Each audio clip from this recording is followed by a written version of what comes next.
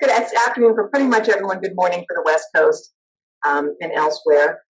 Thank you for joining us for our board development panel. I'm Lisa Ann Thompson-Taylor, CEO and founder of Board Veritas, and we are joined by two other panelists who will be talking to us, and Amy Schiffman and Elizabeth Finlayson, who will be speaking about different areas, all of us, around how to strengthen your board, improve your board experience if you're on the board, and various topics. So our format is going to be that each of us will introduce ourselves, talk a little bit about a particular topic that is a hot topic right now, and after about 10 minutes of each person, that'll take us to the half hour, and we can open it up to questions from all of you on your pressing board needs.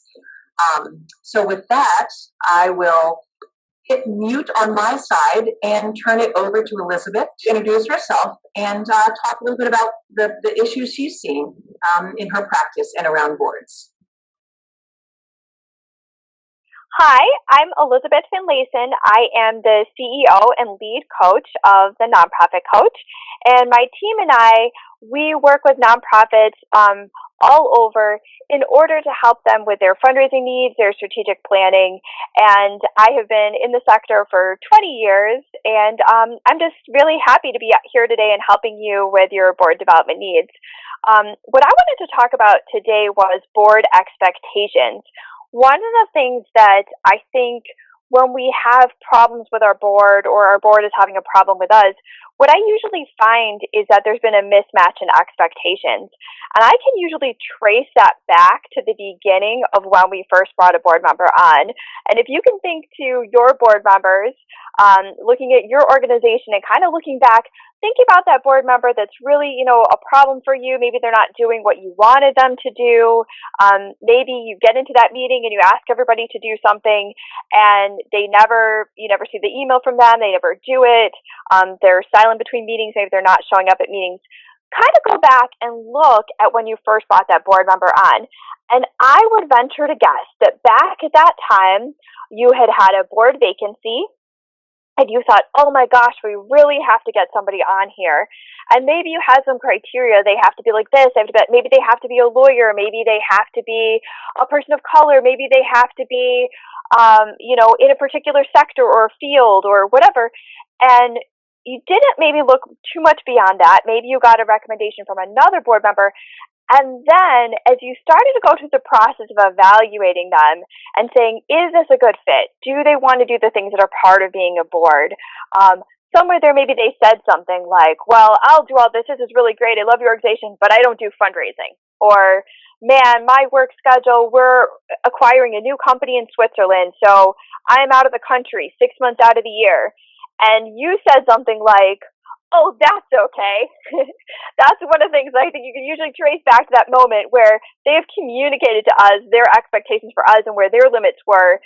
And we were so eager to get them on that we kind of glossed over that. Maybe in the process, we actually never communicated our expectations. This may be their first board experience, or maybe they're on other boards where the expectations are different. And we never said to them, hey, being on this board, everybody does the following things. They're coming to our events, they're fundraising, we expect them always to be at the child conference in November, whatever those things are. Maybe we never communicated what those were. And so we find ourselves disappointed when they're not living up to it. So when I'm looking at boards functioning or not functioning, I really can trace a lot of it back to communication in the beginning. I can also trace it to communication afterwards. Maybe you went through that process, and whether you set those expectations or you didn't, the first moment that board member does not meet those expectations is a good time to have a conversation. You can remind them, hey, we had this conversation when we were coming on that all board members do fill in the blank. I've noticed that you have a conflict or you're not going to be doing these things. So that's one thing I really want you to do is to go and think about those moments when a board member is not meeting an expectation and to really look at communicating. One thing I tell people all the time is you can say almost anything to anybody if you do it without judgment. If you're sitting in your head going, I can't believe they did this, they told me they were going to be, all of a sudden, the fear of saying something is going to be greater because what you're worried about is the judgment you have about them spilling out. But if you can let go of the judgment, think, wow, they just got a promotion at work. Of course they're busy and they're not doing things. Or they have a new baby. I understand. Or, wow, I never really told them I wanted them to do this. So once you go through and you let go of that judgment, you can have that conversation where you'd say, look, we needed to do these things. How can I help you with the next part? What might happen next is the realization that maybe that board member can't meet those expectations. And, I met someone who was part of a sales team, and she said, we like to love them quickly off the team. So you don't have to be mad. They don't have to sever ties with the organization, but maybe the board role isn't the right role for them. Maybe they just want to be an event chair. Maybe they just want to stuff envelopes on Saturdays with their friends, and that's all they want to do. And that's great. We can love everybody and everybody can participate and do this, but not everybody is meant to be on the board, and not everybody's meant to be on the board forever.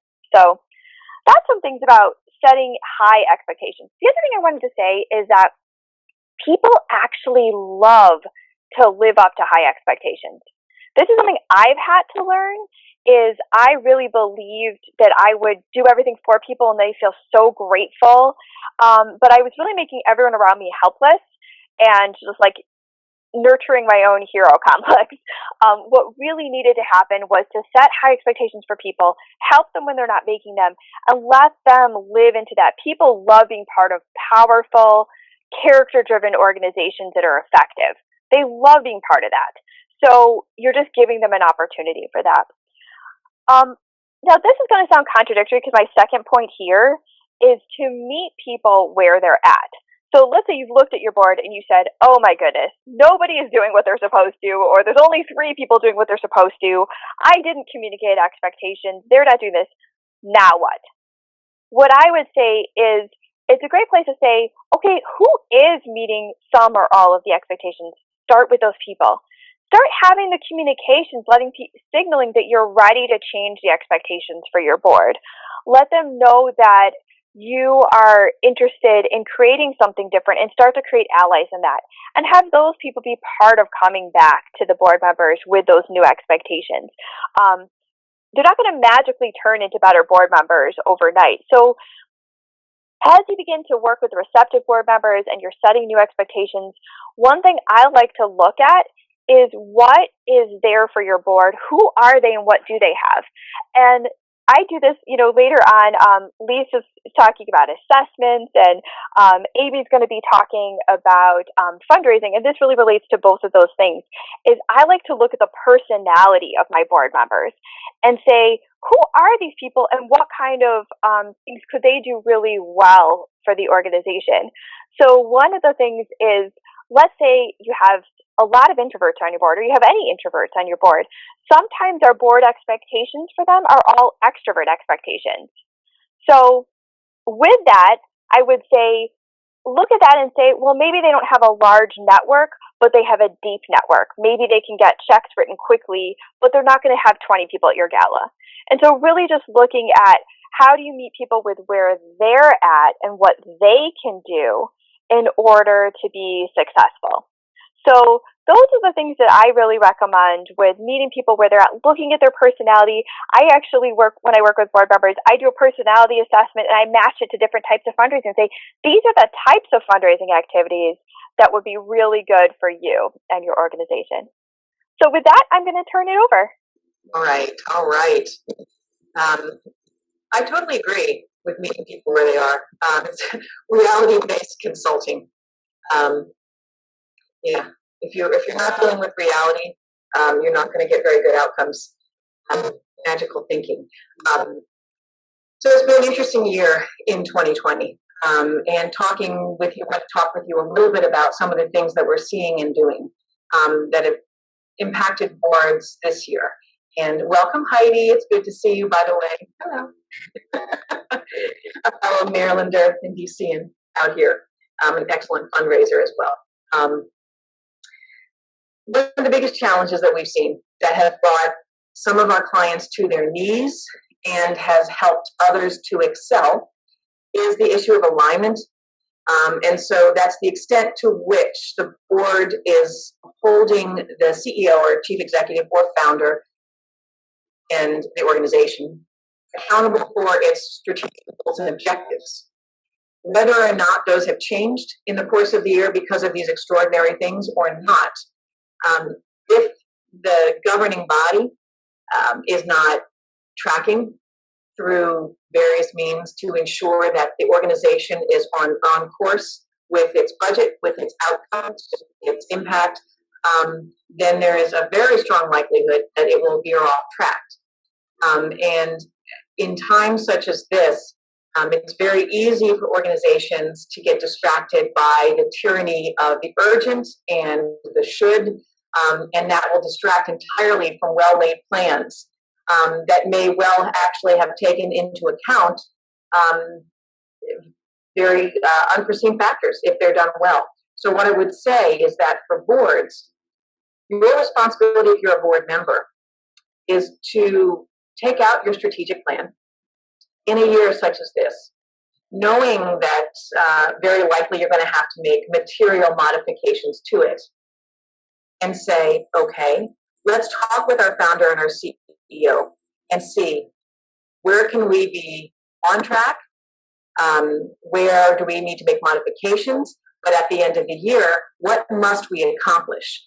And those are important questions. And the accomplishments will, of course, relate to the mission that you're talking about, but they may also relate to things like the organization's culture, the health, the employee engagement of the people who are working in your organization.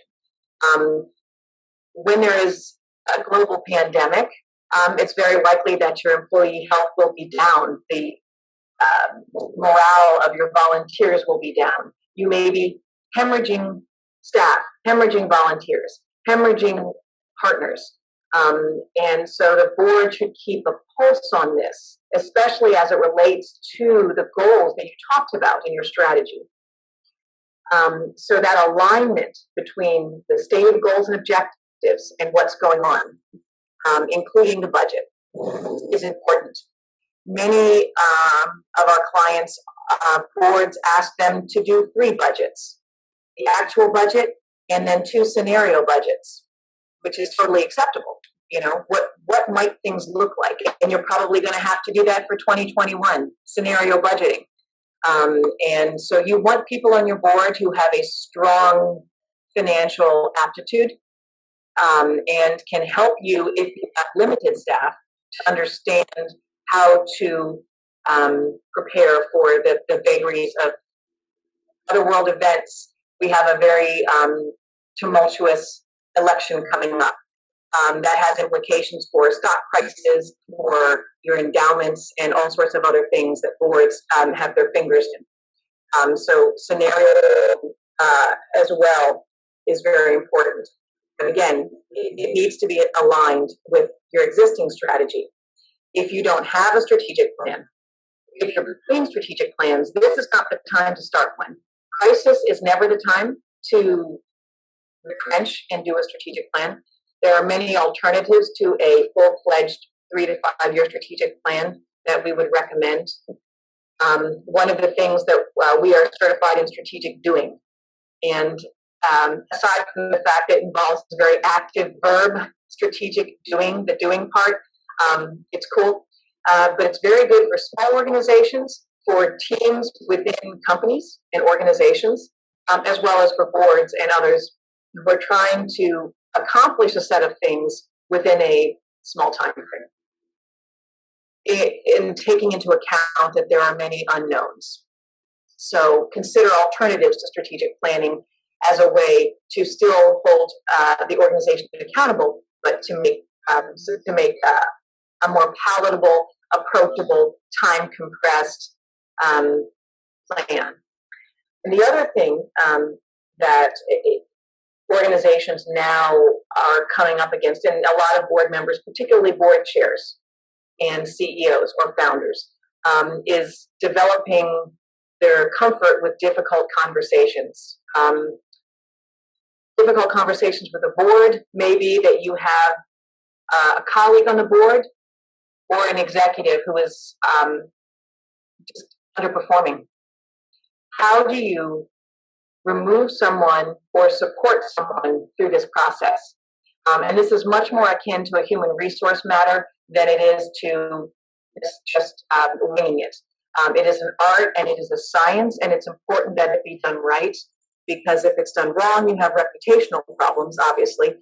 You have liability problems if it's the board talking to your founder or an employee.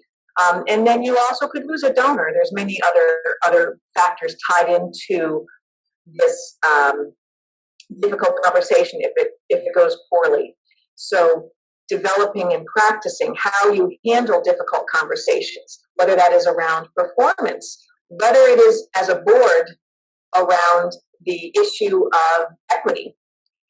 Many organizations have had their employees of the nonprofits, come to the organization asking whether or not the board reflects the pluralism and the values of the nonprofit itself. It's an equity issue. It may be a political issue. Both of those are difficult and potentially challenging conversations. So is your board prepared to, with the correct language and the awareness, the situational awareness, to have those conversations? Does the board chair know? Do you have a governance committee that can support that? Do you have a good relationship with the CEO to be able to answer those kind of questions? It all comes under the umbrella of difficult conversations, but that's what the board's job is. It's to have is to tackle the most pressing issues, to have comfort with difficult conversations, and that is not an inherent trait, it is a learned trait. And so you do that through training, you do that through coaching, and in that way, the board holds itself to a high standard and can be the best partner possible with the CEO and the founder. So we encourage organizations to continue working on that. Successful ones have been able to deal with those conversations and to continue to bring in high performers and to develop very good communications with the staff, with their staff partners. And those organizations we've seen who struggled were ones that did not have comfort with that. And so those are some thoughts I would share with you that we've seen over the past 7 months. And I will turn it over. I think, let's see, is Amy with us? I'm with you. Wonderful. Hi, everybody. Thanks for both of those sets of comments. I'm even learning a lot today. It's really nice to be able to talk to colleagues about these common experiences that we all share. I'm going to take a few minutes to really zoom in on the concept of capacity building and the board's responsibility toward sustainability. And I think one of the most by the way, a few seconds of who I am. My name is Amy Schiffman. I'm president and CEO of Evolve Giving Group. Most of my team was formerly Giving Tree Associates. And we work with nonprofits really around North America on campaign development, strategic planning, executive recruiting, and board and leadership development. So we're getting questions about these kinds of topics all of the time. And perhaps the most frequent question that I get is, how do I get my board fundraising? How do I get more people on the board building capacity for the organization? And so I think we're all struggling with that. And a couple of things that I share with my clients is that I really push them to expand their definition of fundraising. When people on your board hear about an expectation toward fundraising, they immediately, when anybody does, whether it's a committee member or board member, they get a little bit nervous. They say, and I think either Lisa Ann or Elizabeth said, I'll do anything but, right? You hear, I'll do anything you need but that. Don't ask me to ask anybody for money. I'll do anything else.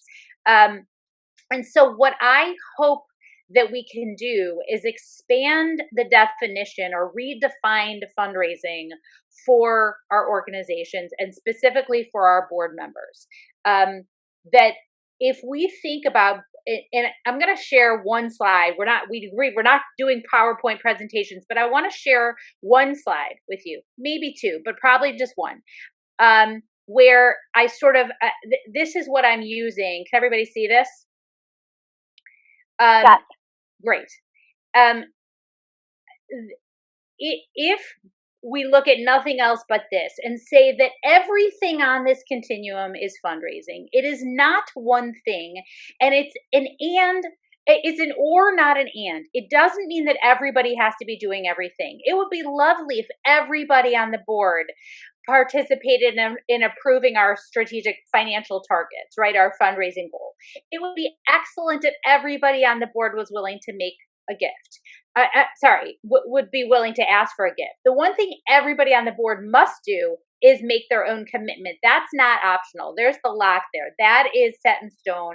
We cannot ask other people to do what we are not doing ourselves. If a director of the organization who is legally financially responsible for the fiscal health of that organization is not making a charitable gift, in addition to the hours that they are putting in on the volunteer side, we have a problem. We have to have 100% participation in the campaign from the board member, him, her, or themselves.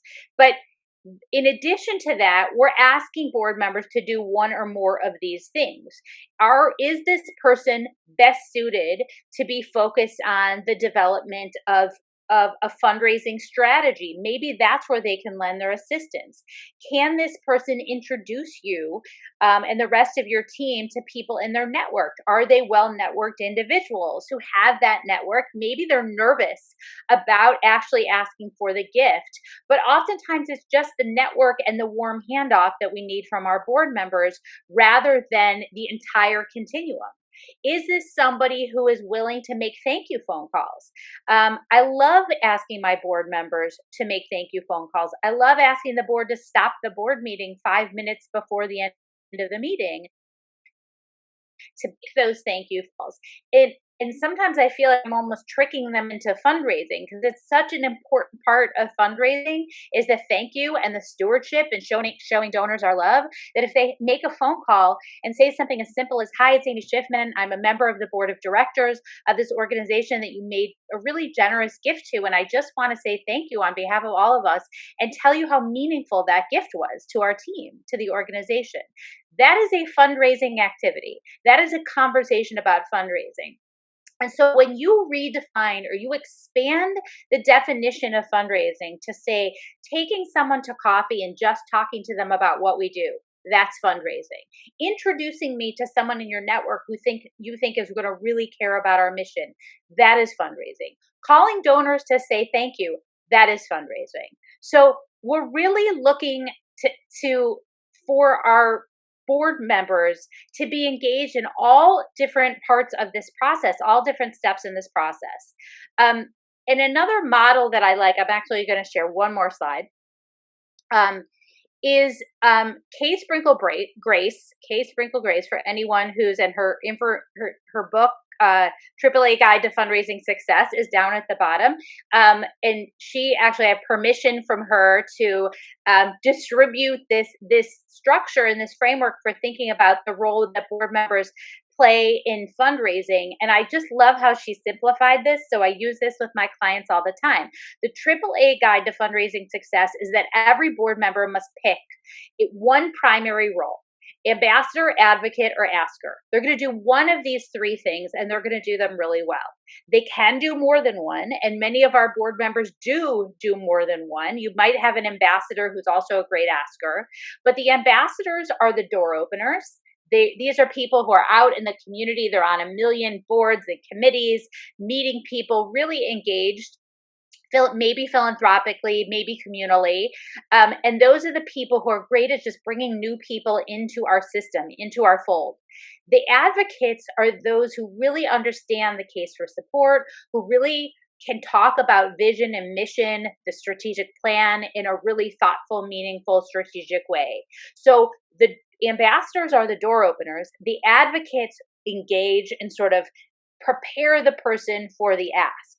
And then the asker is a little bit more obvious, is someone who is really comfortable or willing to get comfortable in their role as a solicitor. So if every board member, and I have, if you're interested in learning more about this model, I'm happy to share a worksheet that I use with you. You can send me an email. I think you have all of our contact information somewhere in the information about this. But I'm at amy@evolvegg.com, just in case you don't. I'm happy to share that worksheet with you. And again, it's about getting your board comfortable in one or more of these three roles, but to pick a primary affiliation as an ambassador, an advocate, or an asker.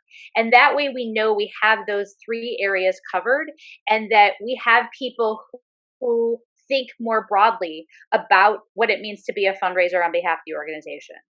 And right now, I would just like to touch on my last couple minutes on just the board member role in fundraising during a global pandemic.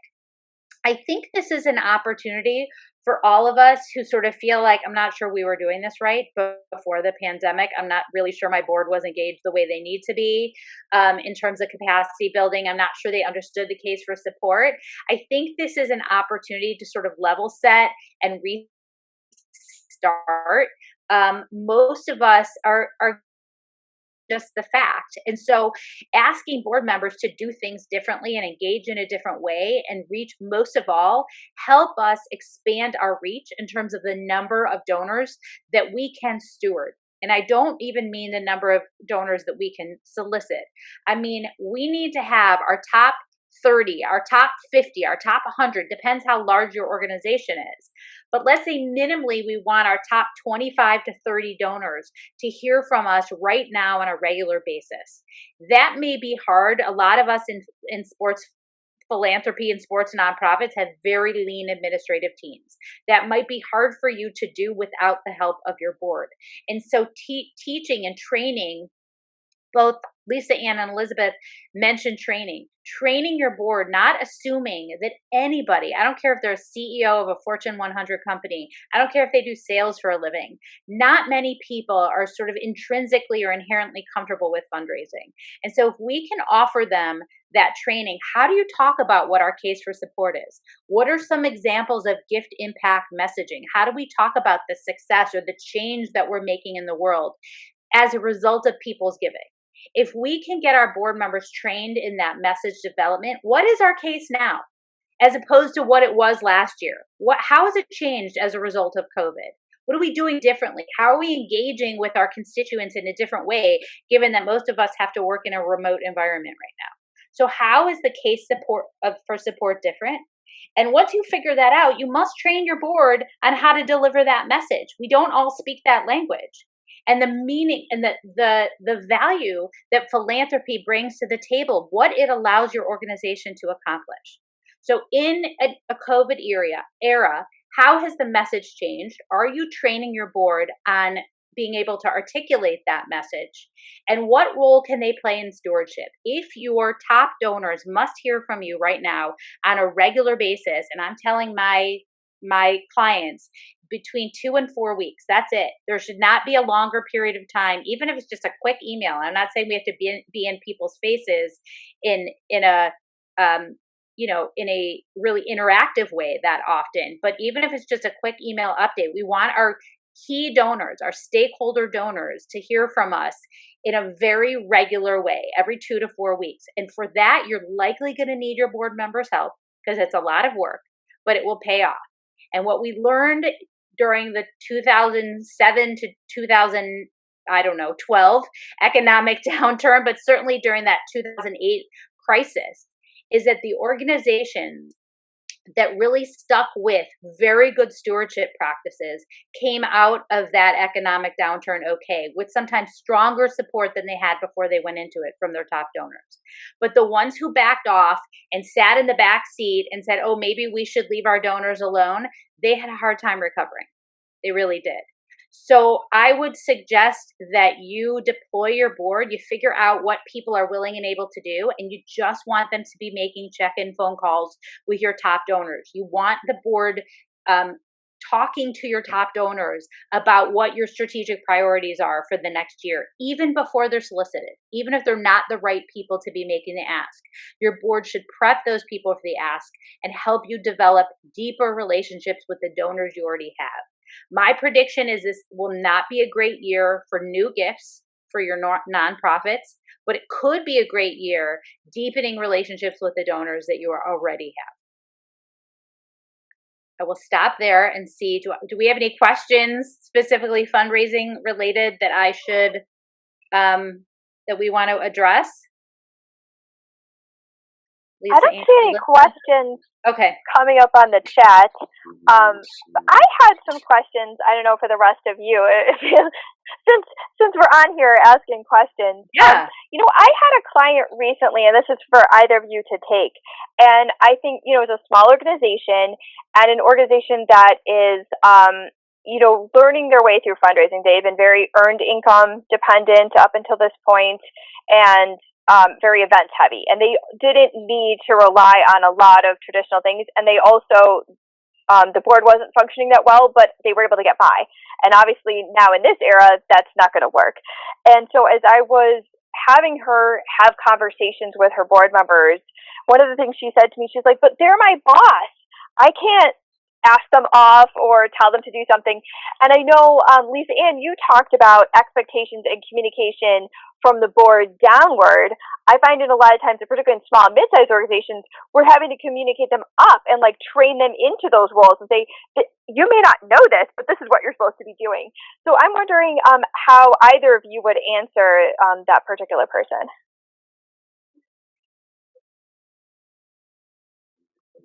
You want to go first, Lisa Ann? Well, actually, yeah. What I will say is, I totally agree that people often come into the role of board member without having had any training, because it's just not something you do in school. And so I think it's perfectly fair for a strong leader who is the CEO and executive founder to work very closely in training and preparing boards. And I think that's also a great way to develop a bond and a relationship and trust between the two. Managing up is what we all do. Our up as consultants is, of course, always the client, and the CEO's up is the board, and the board's up is really the public as well as their partnership. So I think that it's a very good practice, and if there's an opportunity to help guide your board, and I think that's a wonderful way to develop trust and camaraderie and a good sense of communication without overstepping bounds. Yeah, I totally agree. And I think, Elizabeth, I agree with you when you said people like to, when you raise the bar, people like to meet higher standards. And I work with a lot of boards who think their job is to show up at meetings, and I think if we let that slide in terms of if we allow people to believe that that's the role, you show up for this meeting and now they're Zoom, they're not even in person, right? And that's all you have to do, and that the work of the board happens at the board meeting, then shame on us. And we have allowed those low expectations to thrive and expand. And I think instead at some point, and that's why I'm saying you can use the pandemic as an excuse to say we need to work smarter, people. We need to work more efficiently. We need to be clear about what our roles are moving forward. What was working in the past won't work in today's world. It's going to be tougher to raise those dollars. So I need you. I'm the ED, right? Or I'm the development person at my nonprofit. I really need you as a partner. And here are all the different things that you can do. What I think doesn't work is to say, to complain about the board not fundraising and then not articulate to them what it is you need them to do. So I think what you can do is say, and a lot of times I work with the governance committee in partnership with the development committee to come up with, if you don't have one of these, some expectations around board member involvement in fundraising. What is? Looks like we've frozen. We have a couple more questions, actually, just to shout out there, which is a question of how often should smaller or newer nonprofits and meet each and every one of them and develop a prospect list. What's that? You cut out for about 20 seconds. Oh, okay. What we were doing is just a couple other questions came up, so we were just going to ask those, but finish your thoughts and then we'll get to the question board. I was just saying that I think we have to be talking to every single board member individually about what role they can play, and meeting with them not once a year, but regularly, to say, do you have 2 or 3 people in your network that we could work on together? 2 or 3, not 10. Don't ask them for a list of 20. It becomes unachievable. But 2 or 3 people in your network that we can work on and set short-term achievable goals. That's great. What other questions do we get? So we'll link 3 questions, which are: 1, how often should boards meet for newer nonprofits? And then that's number 1, do we have any advice to board members serving on nonprofits for the first time? And if so, how do we coach them to hit the ground running? So frequency of board meetings for newer nonprofits, advice for board members serving on boards for the very first time, and how do we help them hit the ground running on that? I'd love to talk about how often newer nonprofits boards should meet. I find that the smaller, newer nonprofits, that the board is like playing somewhat of a staff role as well as a board role. And I think as organizations mature, those roles begin to change and their meeting structures change, and then they maybe have more committees between meetings, and they start to function in different ways. But I think with newer boards, it's imperative that I think they meet very frequently to be able to keep the work going, because it's often too much for the founder, who may not even be a paid position yet. That may not be the case, but I think that it often is. And so I think the frequent meetings are really important, and frequent in this case meaning monthly, maybe more often if you're having those in-between conversations and trying to move the work forward. But I think that there's a blended role with newer nonprofits that doesn't exist once a nonprofit is more established. I think that's completely accurate. If the board is doing the work of the nonprofit as a staff proxy, then you're going to meet regularly as needs be. So monthly is a good cadence, with committees meeting perhaps even more frequently. Committees might meet bi-weekly.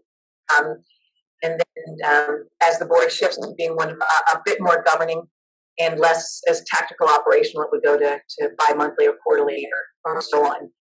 I would say for board members, if you're a first-time board member, you can avail yourself of a number of free resources that give you a good grasp on what the basic roles and responsibilities are for a nonprofit board member.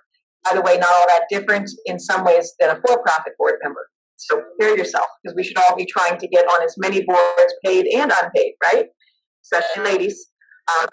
So go to BoardSource and start off there by availing yourself of the free tools on 10 basic roles and responsibilities of boards. And it's a wonderful starting place. So do that without being asked, so that you gain familiarity. And then on the board that you serve on, certainly engage in committee work, so that you can take a deep dive on some aspect where you have a competency and can contribute. Those would be some starting points. So great. Yeah, and I think this comes back to the work of the board not really happening during the board meeting. I think, the people get really tied up in how often should we meet. How often do you need to meet? I mean, I think it's more about we're sometimes not focused on the right questions. It's like, what needs to get done? What are the tasks at hand? What are your standing board committees look like? Do they have charters? Are they setting goals for the year? Do they have a work plan for the year? Do they have some kind of a documented strategy around communications or fundraising, whatever it is? I think that more of the work ends up getting done at the committee level. So I push my clients to think more about strengthening committees than adding board meetings. And I also push them to think about which really goes to a whole different set of topics around board development, which is sort of pipeline development and succession planning. But how are you adding non-board members to your standing board committees? Which committees are appropriate to add non-board members to? A lot of organizations don't add non-board members to finance or to governance, for example. I've seen some good examples of non-board members sitting on finance, by the way. Less so on governance, because not that many people care about the health and well-being of the board if they're not on the board. But I think really strengthening our standing board committee work lends itself to stronger, more efficient board meetings. Just getting more done, being more zeroed in on what the priorities are. I think that's so great. And like what I'm hearing in there too is, again, like that setting expectations. Like, what are you doing in that meeting? What are you doing in that committee? What is its purpose? And I've worked with boards that have brought committees into their structure, taking committees out of their structure, brought committees back in. And what I see is like it's the same problem underneath it, is like you didn't ask anyone to do something or be accountable for something. It's like they met, maybe they talked about fundraising, maybe they approved a tablecloth color for an event, but what was really the purpose of that group? And how do you empower them and give them what they need to be successful? How do you let them empower you to be successful?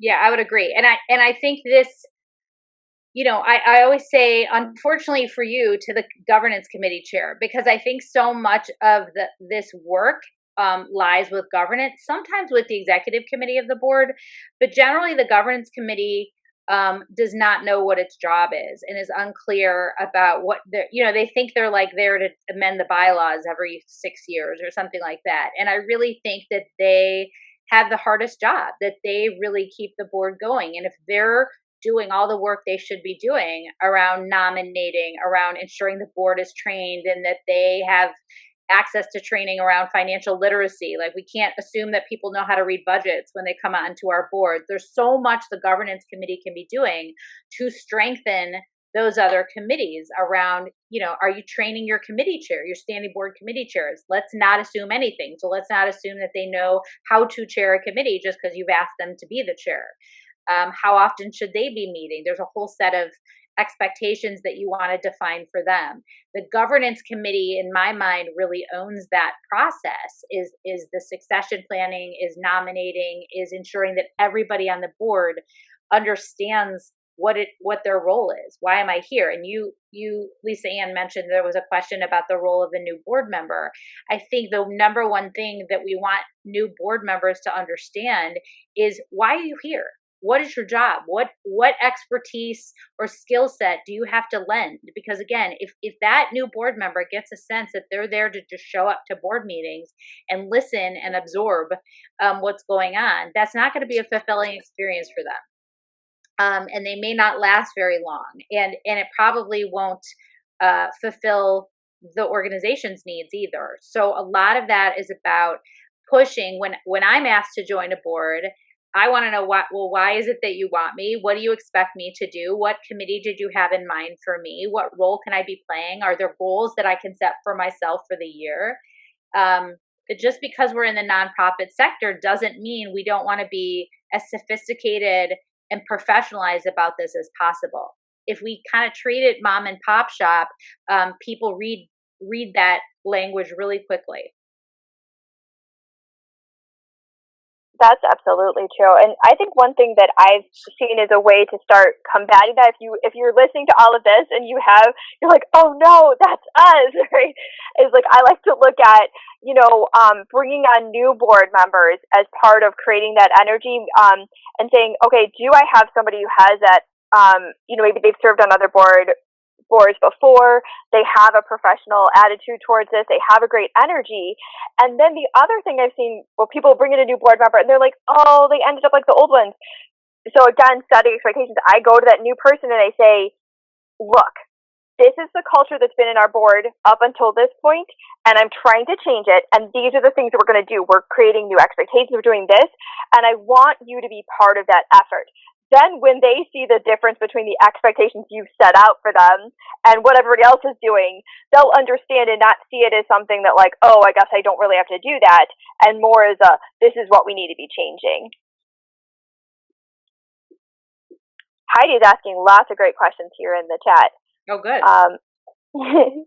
So 990 annual report bylaws. What other items should a nonprofit ensure a new board member receives? All right, I'll let you guys take that. I would say it's a good an assessment. So if the organization's had a board self-assessment or some sort of a tool, you'll want to see what the most recent one was. And if they haven't, then it's also a good opportunity for you to position yourself as someone who values self-assessment and accountability by asking for one. So you can put it in the budget for this year, and have it's a great thing to add to like a board retreat is the discussion of that. So asking for a self-assessment is one important tool, and the strategic plan. Make sure that you see the most recent strategic plan and look for its adequacy. That'll be an important thing because it may be out of date or it may not make sense to you, but you'll want to see it, you want to understand it, and then you're also going to want to find out from the organization what kind of dashboard or metrics or how they are tracking, how the board is tracking success, and how that comes up in meetings.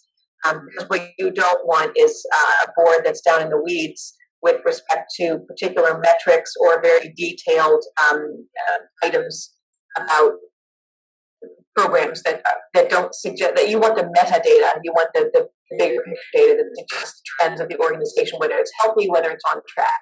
So this will give you a sense too of how much in the weeds or operational or at the right level the board has been. Which is a cultural, it gives you kind of a cultural acumen about what you're stepping into. So certainly get those things. I would agree. I think if the organization doesn't have a strategic plan, and I would say probably 50% of the time, these organizations are not working from a current strategic plan. That's a great question for you to be asking as a new board member.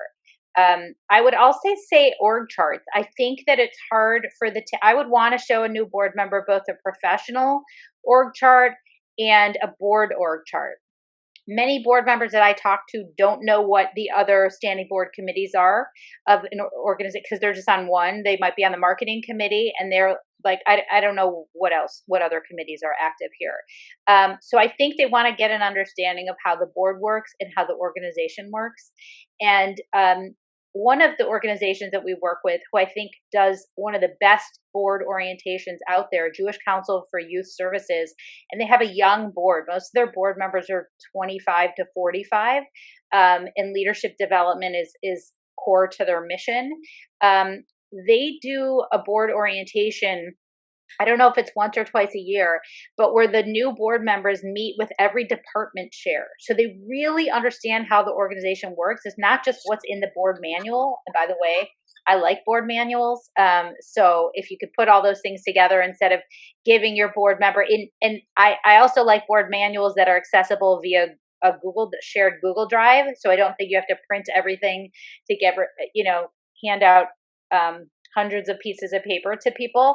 But I think it's great to be able to introduce board members to your finance director, to your program director, to your HR director. Certainly your fundraising director wants to have time with them. I think they really need to understand how the organization works, and introducing them to the leaders in all of your organizations.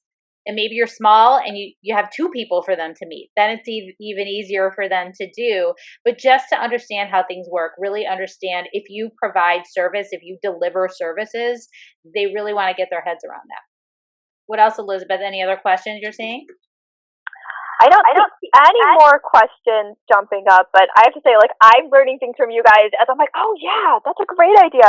It was even making me think too about, nowadays so much is done on video, having video trainings available for your board members, or it's you log in and you're like, hi, I'm the finance chair, get some of that out of the way in the process. And I would love to see people I don't want to say like weeding out in the board development process, but I think that I've seen a lot of scrambling where people, they work to get someone of the right caliber, and when you're narrowed down to fill a board position, you're down to one person, and if they're not the right person and you're starting to see that, everything just kind of green lights through.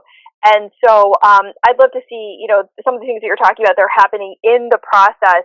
And so if somebody is realizing, wow, I didn't realize being on a board was a job. It really is. And I share a cautionary tale from Chicago. There was a revered organization that was over 100 years old here in Chicago that eventually closed. And it closed, I want to say maybe 10 years ago now. At this point, at my age, it now feels like it was just yesterday.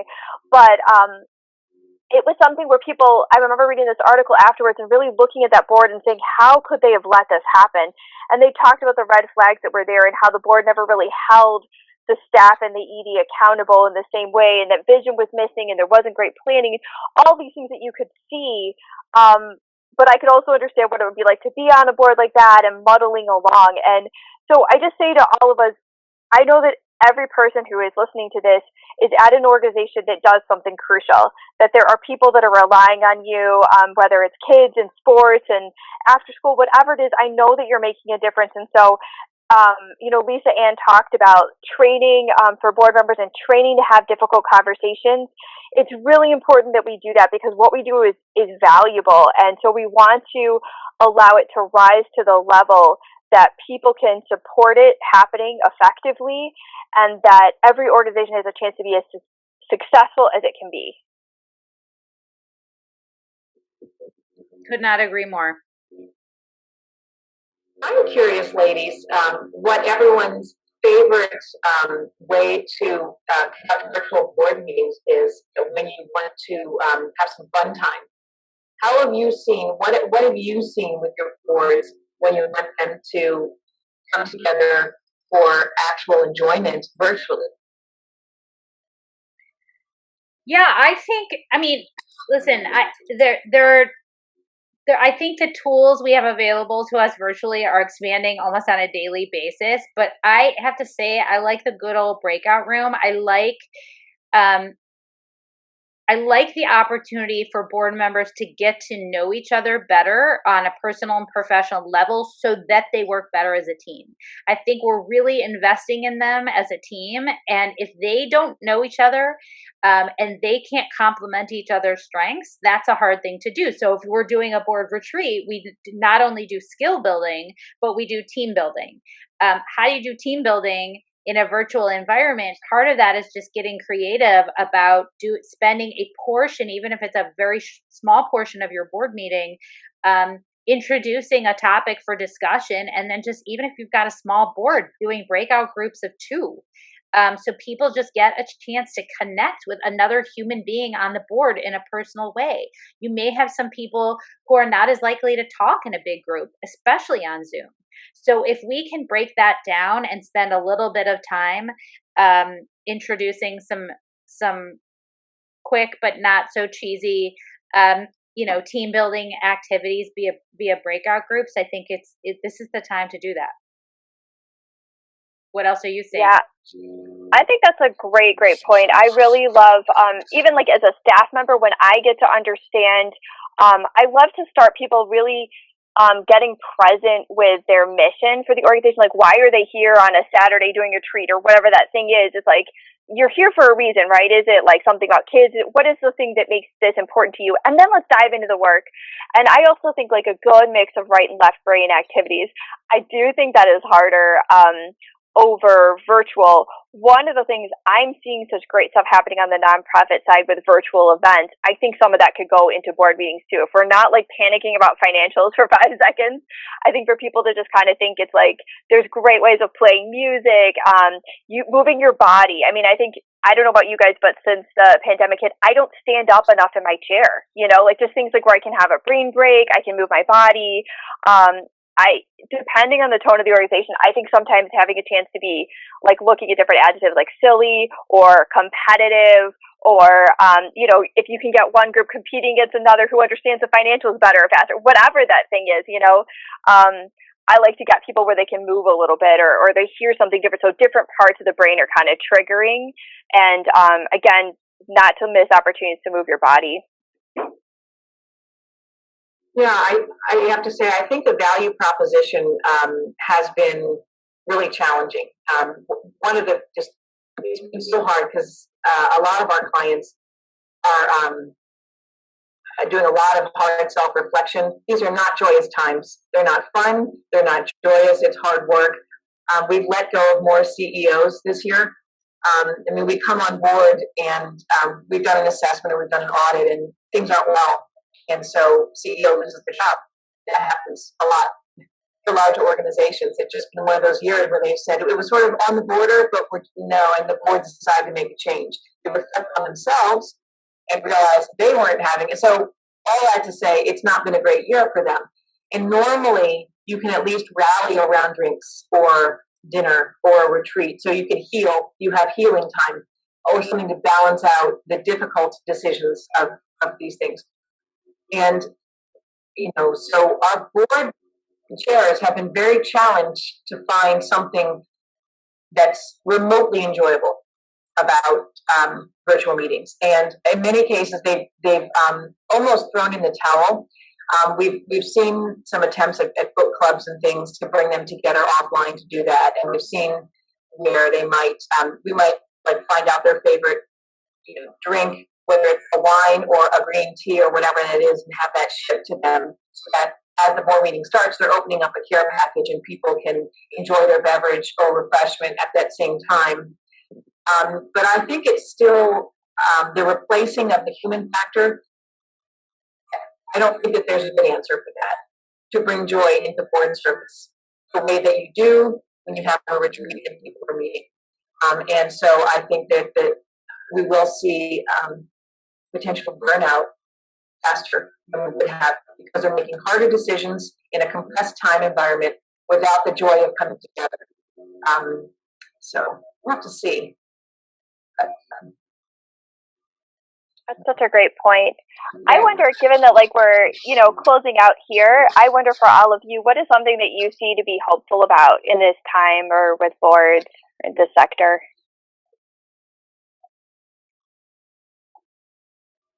Are you asking us? Yeah. Or us? Yeah. All of us, each of us. Yeah. What we see to be hopeful about. Yeah, I think there's hope out there, even if it's as sort of simple as we're really hoping for a vaccine so we can get back to doing what we do. And there's talk in the world about that happening at some point this spring. Who knows how long that will take. So I think we've got a plan for our future. We were sort of stuck in shock mode for a long time. And now it's sort of like, we don't know exactly when it is, but it's coming. And so let's ensure that we're strong and connected and strategic.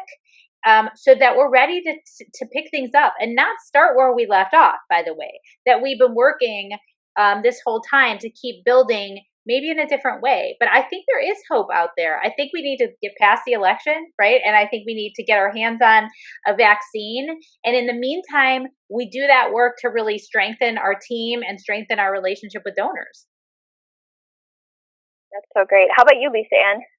Agree. I think there are plenty of things to be hopeful about. I would say advancing the conversation around what equity looks like in the boardroom and not decoupling politics and nonprofit mission. I think that's I think boards and organizations understand it's a false dichotomy. You can't, nonprofits remained neutral for too long, and this summer. That we've seen what happens when organizations don't take a stand about things that are important to them. And so I think what we're going to see is people evaluating how they can parlay their mission with taking a stand on significant political issues. And that includes having equity conversations. And so we need to have that in your face like we've had in order to advance the conversation. So I feel very optimistic that that's going to be we'll have a lot more progress. What about you, Elizabeth? You can close us out. Yeah, so I would just say I think the opportunity for trying new things, really, and I've seen honestly in my own business as well as every nonprofit I'm working with, I was like, oh, let's try video conferences, right? I mean, and I think it's an opportunity to throw out things that weren't working that we were married to, and to try things that we discovered do work, and so that's what I see to be really hopeful for in the sector. Great. Thank you, everybody. Thanks, everybody. Great to talk to you. Great talking with you guys. Bye-bye.